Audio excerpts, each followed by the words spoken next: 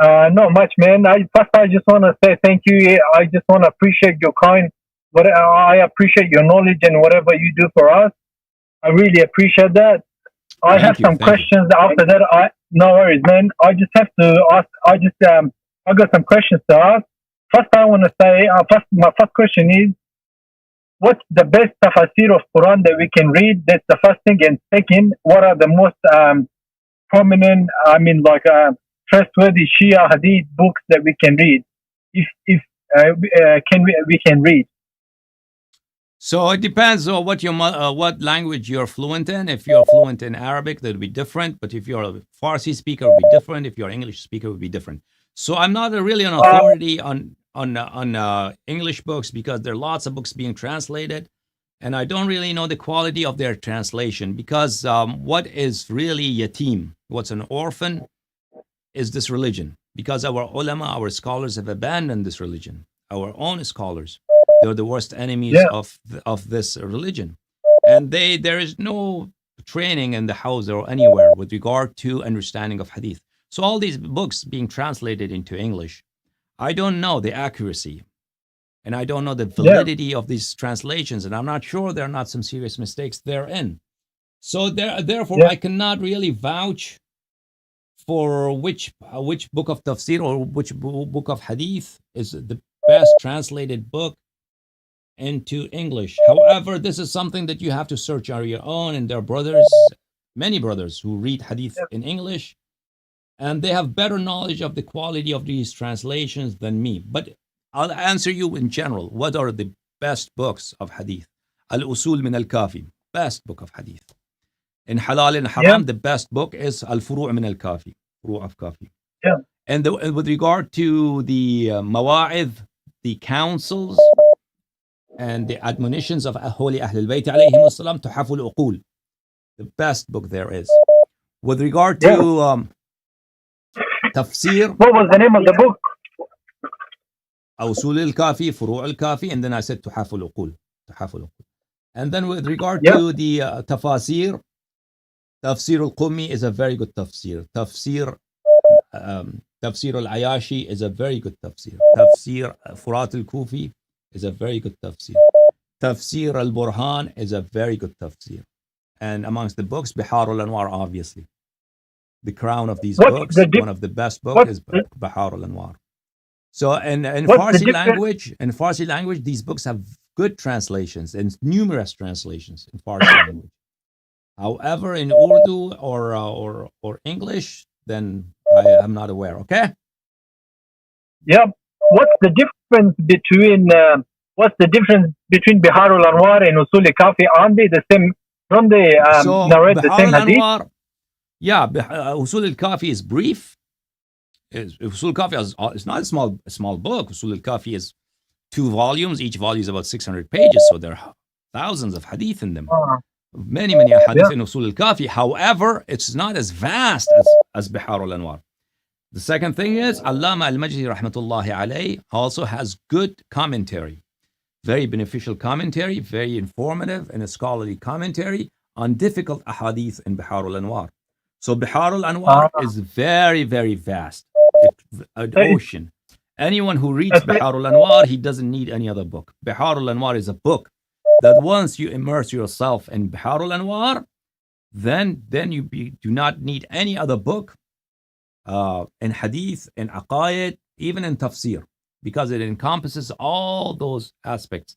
And history yep, also, yeah, and comparative yep. religion as well. Bihar al-Anwar is a very, very all-inclusive encyclopedia of knowledge. May Allah bless Yep. Allama al-Majlisi. Ilahi, I mean, so Bihar Anwar has all of the hadith that Usul Kafi has, but in more clear, it's more clearer. Am Yeah, I it has right? Usul al-Kafi, and also in addition to Usul al-Kafi, many other books that are the ahadith that are not in Usul al-Kafi. It also encompasses those ahadith. Yeah. It's all compiled in Bihar al Anwar. So, if, for Yeah. example, if I read Tafsir Quran, said Tafsir Nahashi, if I read Bihar al Anwar, these 2 books are like it's enough for So me to understand so the basic principle of Quran and as well as a hadith. Yes, but tafsir, Bihar al-Anwar doesn't have tafsir like in sequential order from the beginning of Quran to the end. So it is distributed in different chapters. So if you want to read sequential tafsir in sequence, in order, that Bihar al-Anwar is not very helpful in that regard. Then the best book would be Tafsir al-Burhan. Tafsir al-Burhan. Yeah. Tafsir al-Burhan. So Mm. if I read, for example, for Quran, if I want to read Tafsir al-Quran, it's Tafsir al-Burhan and Yeah. Tafsir the Najashi. It's the Yeah. two Tafsir of Quran. And Bihar al-Anwar is for the Hadith. So if I read Bihar al-Anwar without any, like, ulama or a scholar, is like an average Shia, would I understand all of the Hadith? I don't know if how much Arabic you know, how much you can understand. It differs from person to person. A lot of people who know a little bit Arabic, they can understand a lot of it. If you don't understand, then you will need help. And a lot of Bihar al-Anwar has been translated into Farsi also. So What about always, English? always, people always need somebody more knowledgeable than them to teach them, to show them, to explain to them. Yeah, that's always the case. That's right. What about English? In English, can we get Bihar al-Anwar in Urdu or English or? I don't know. I really don't know. I don't really follow these languages. I don't read these books in these languages, so I don't know. Okay. Yeah. And Yeah, what there are the some? there are other brothers who know these matters. Yeah. Yeah. Yes, brother. Yep. And another question: what are the some Sunni books that we can read so we get more knowledge and defend, like, defend the Yeah. Ahlul Bayt and If you read the book of حديقة الشيعة by مقدس أردبيلي and book of حق اليقين by العلامة المجلسي. حديقة الشيعة by مقدس أردبيلي and حق اليقين by علامة مجلسي.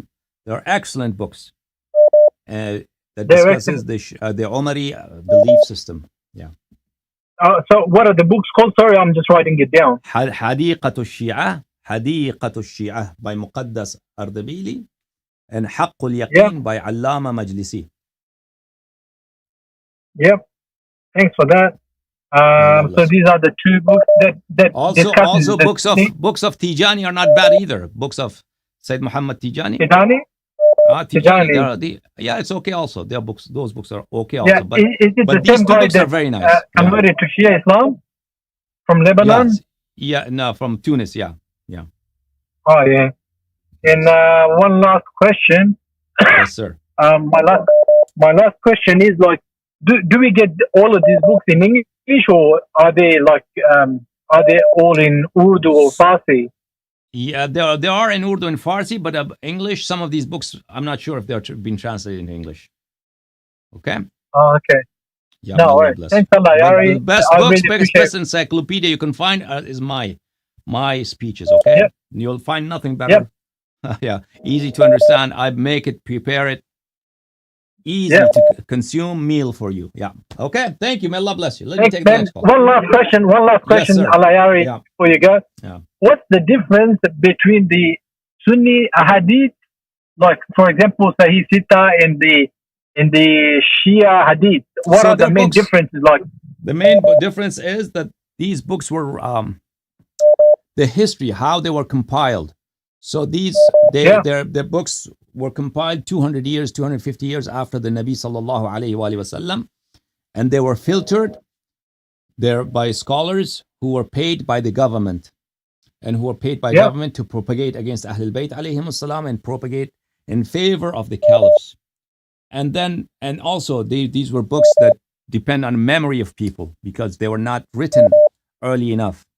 And they were narrated orally from person to person. And we know that when you narrate something orally from person to person, then the bias of the person who's narrating and his prejudice, that influences the wording of the hadith and the phraseology of hadith. And also, people's memory are not perfect. People's memory is never perfect. So their hadith fails.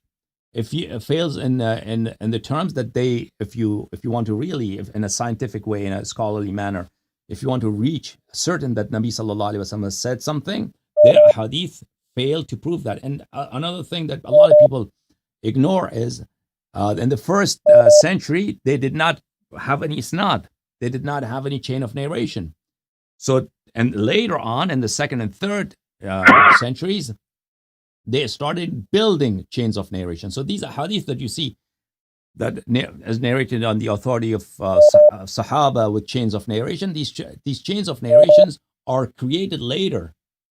So this is their ahadith. There are this Umari ahadith, and there are lots of books have been written on this.